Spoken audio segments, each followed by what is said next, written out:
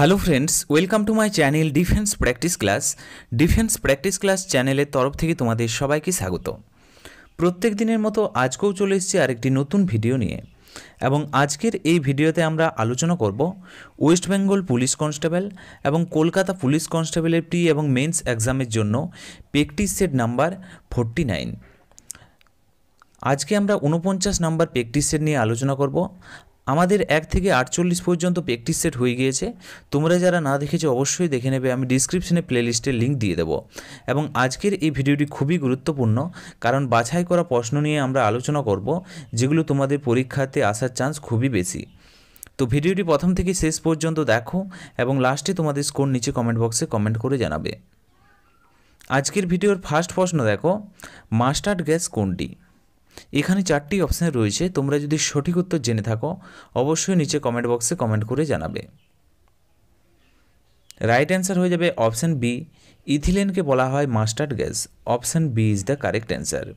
এবং তোমরা মনে রাখবে ইথিলিনের সংকেত হলো C2H4 হলো ইথিলিনের সংকেত। নেক্সট প্রশ্ন হলো 2 নম্বর প্রশ্ন, ভারতের উচ্চতম নদীবাঁধ কোনটি? সঠিক উত্তর হয়ে যাবে অপশান সি, তেহরি বাঁধ হলো ভারতের উচ্চতম বাঁধ। অপশান সি সঠিক উত্তর। এই তেহরি বাঁধটি কোথায় অবস্থিত? উত্তরাখণ্ড রাজ্যে অবস্থিত তেহরি বাঁধ। এবং এটি কোন নদীর উপর অবস্থিত যদি বলা হয়, ভাগীরথী নদীর উপর অবস্থিত। ওকে, নেক্সট প্রশ্ন হলো 3 নম্বর প্রশ্ন, পেন্টিয়াম নিচের কোনটির সঙ্গে সম্পর্কযুক্ত? সঠিক উত্তরটি হয়ে যাবে option A, micro processor. Pentium কি? এটি হচ্ছে একটি মাইক্রো প্রসেসর। ওকে, এবং এটি হচ্ছে ইন্টেল কোম্পানির তৈরি। কোন কোম্পানির? ইন্টেল কোম্পানির এটি তৈরি এবং বিখ্যাত মাইক্রো প্রসেসর ব্র্যান্ড।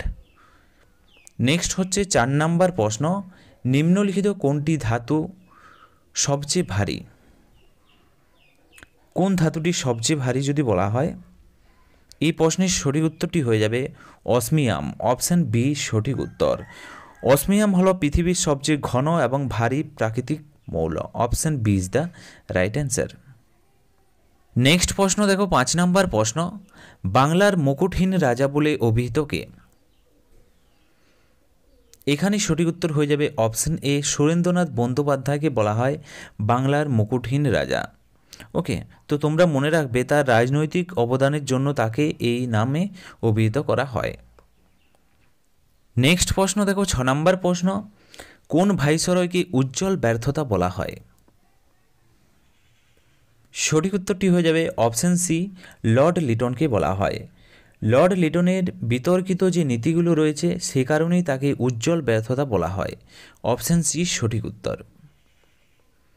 নেক্সট প্রশ্ন হলো 7 নম্বর প্রশ্ন, প্রথম কোন ভারতীয় খেলোয়াড় অলিম্পিকে একক প্রতিযোগিতা বিভাগে স্বর্ণপদক পায়? সঠিক উত্তরটি হয়ে যাবে অপশান বি, অভিনব বিন্দ্রা। তিনি একক বিভাগে প্রতিদ্বন্দ্বী করে অলিম্পিক পদক জিতেছিলেন। অপশান বি সঠিক উত্তর। কত সালে? 2008 সালে। তোমরা মনে রাখবে কোন অলিম্পিকের কথা যদি বলা হয় তোমরা মনে রাখবে বেজিং অলিম্পিকে। নেক্সট প্রশ্ন হলো 8 নম্বর প্রশ্ন, মণিপুরকে ভারতের মণি কে বলতেন?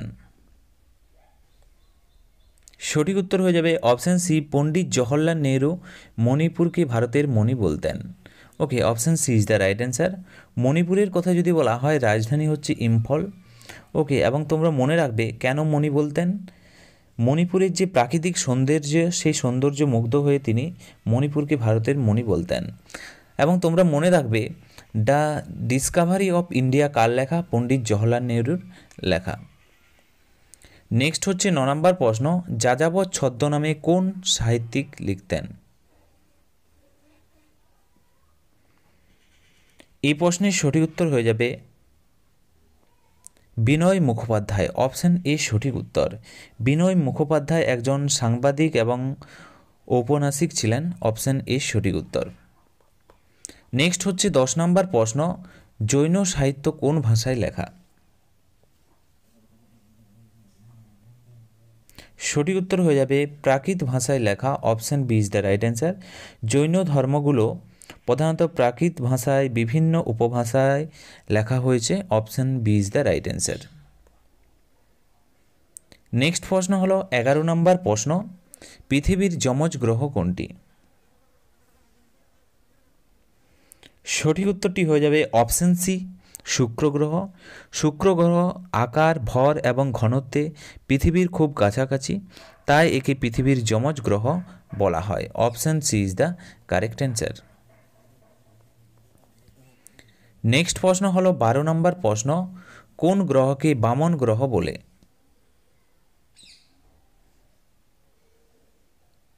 সঠিক উত্তরটি হয়ে যাবে অপশন বি, প্লুটোকে বলা হয় বামন গ্রহ। Option B is the right answer. Okay, তো তোমরা মনে রাখবে 2006 সালে ইন্টারন্যাশনাল অ্যাস্ট্রোনমিক্যাল ইউনিয়ন অর্থাৎ IAU যাকে বলা হয়, প্লুটোকে গ্রহের তালিকা থেকে বাদ দিয়ে বামন গ্রহ হিসাবে শ্রেণীবদ্ধ করেছে। ওকে, কত সালে? 2006 সালে। নেক্সট প্রশ্ন হলো 13 নম্বর প্রশ্ন, কোন নদীর উপর ভাকড়া নাঙ্গাল প্রকল্প অবস্থিত?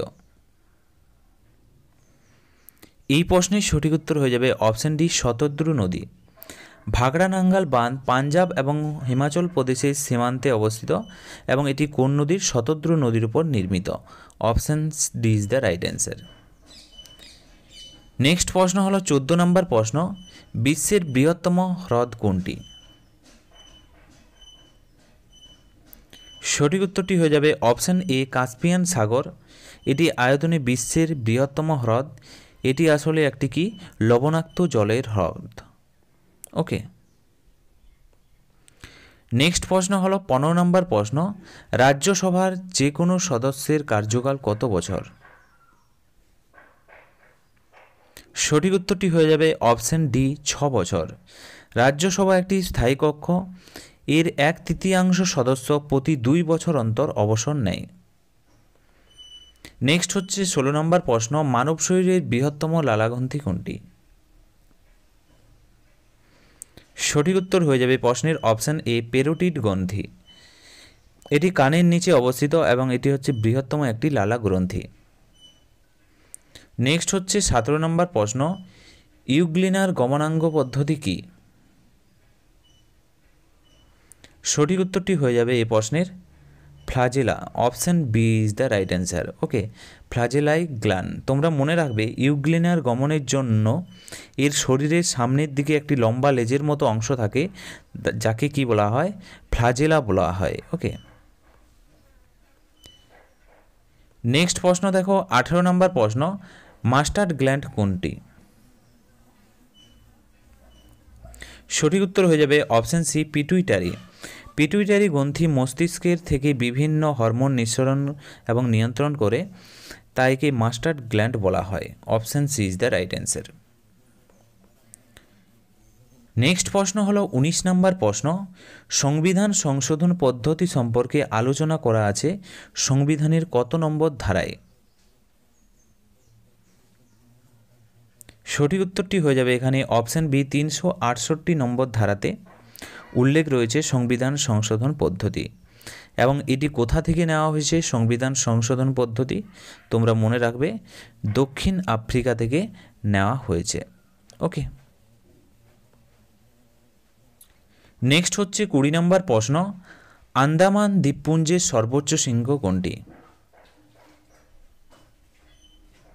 সঠিক উত্তরটি হয়ে যাবে এখানে option A, saddle peak. Okay, option A সঠিক উত্তর। স্যাডল পিক উত্তর আন্দামানে অবস্থিত এবং এটি আন্দামান দ্বীপপুঞ্জের সর্বোচ্চ শৃঙ্গ, যার উচ্চতা হচ্ছে 732 মিটার। ওকে, নেক্সট প্রশ্ন হলো 21 নম্বর প্রশ্ন, গারো পাহাড়ের সর্বোচ্চ শৃঙ্গ কোনটি?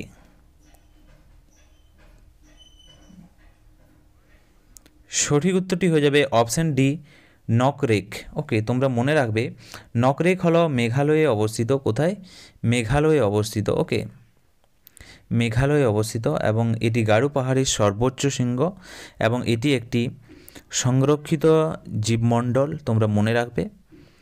নেক্সট হচ্ছে 22 নম্বর প্রশ্ন, ভারতের একমাত্র কোন রাজ্যে কেশর তৈরি হয়? সঠিক উত্তরটি হয়ে যাবে অপশান সি, জম্মু ও কাশ্মীরে। জম্মু কাশ্মীর হলো ভারতের একমাত্র রাজ্য যেখানে মূল্যবান মশলার কেশর অর্থাৎ জাফরান উৎপন্ন হয়। Option C is the right answer. Next প্রশ্ন দেখো 23 নম্বর প্রশ্ন, ভারতের বৃহত্তম লিগনাইট খনিটি কোথায় অবস্থিত? সঠিক উত্তর হয়ে যাবে অপশন বি, তামিলনাড়ুর নেভিলিতে অবস্থিত ভারতের বৃহত্তম লিগনাইট কয়লা খনিটি। Okay, option B is the right answer. Next হচ্ছে 24 নম্বর প্রশ্ন, দার্জিলিং হিমালয়ের রেলওয়ের কত সালে ওয়ার্ল্ড হেরিটেজ সাইট বলে বিবেচিত হয়? তো তোমরা মনে রাখবে ওয়ার্ল্ড হেরিটেজ সাইটের অন্তর্ভুক্ত হয় দার্জিলিং 1999 সালে। Option C is the correct answer. Okay, next প্রশ্ন দেখো 25 নম্বর প্রশ্ন এবং আজকের আমাদের এই ভিডিওর লাস্ট প্রশ্ন, লাদাখ অঞ্চলে কোন হিমালয় শহরে মেঘ ফেটে আকস্মিক বন্যা ও বৃষ্টি হয়? সঠিক উত্তর হয়ে যাবে এখানে অপশন ডি, লেতে। তো তোমরা মনে রাখবে লাদাখের রাজধানী হচ্ছে লে এবং সেখানে মেঘ বিস্ফোরণের কারণে প্রায় আকস্মিক বন্যা এবং বৃষ্টি হয় এবং এই অঞ্চলের জন্য গুরুতর প্রাকৃতিক বিপর্যয় হতে থাকে। Okay, option D is the right answer. Next প্রশ্ন দেখো 26 নম্বর প্রশ্ন, ভারতবর্ষের কোন প্রথম এটিএম চালু করে? সঠিক উত্তরটি হয়ে যাবে অপশন সি, এইচএসবিসি ব্যাংক। তোমরা মনে রাখবে এইচএসবিসি যদি বলা হয় হংকংয়ে প্রথম কর্পোরেশনের তৈরি এটি এবং এটি 1987 সালে এটি মুম্বাইয়ে প্রথম এটিএমটি চালু করেছিল ভারত সরকার। Okay, option C is the correct answer. তো ফ্রেন্ডস, এগুলোই ছিল আজকের ভিডিওর আমাদের কিছু গুরুত্বপূর্ণ এমসিকিউ প্রশ্ন উত্তর এবং আজকের ভিডিওর লাস্ট প্রশ্ন, সঠিক উত্তর নিচে কমেন্ট বক্সে কমেন্ট করে জানাও। আরবিআইয়ের সদর দপ্তর কোথায় অবস্থিত? এসবিআইয়ের সদর দপ্তর কোথায় অবস্থিত এবং কত সালে প্রতিষ্ঠা হয়? সঠিক উত্তর নিচে কমেন্ট বক্সে কমেন্ট করে জানাও। ওকে, এবং আজকে তোমরা কত স্কোর করতে পারলে সেটাও নিচে কমেন্ট বক্সে কমেন্ট করে জানাবে এবং ভিডিওটি যদি ভালো লেগে থাকে অবশ্যই তোমরা লাইক করো এবং তোমাদের বন্ধুদের সাথে ভিডিওটি শেয়ার করো। তো আজকের ভিডিওটি এখানেই শেষ করছি। Thank you for watching. জয় হিন্দ, জয় ভারত।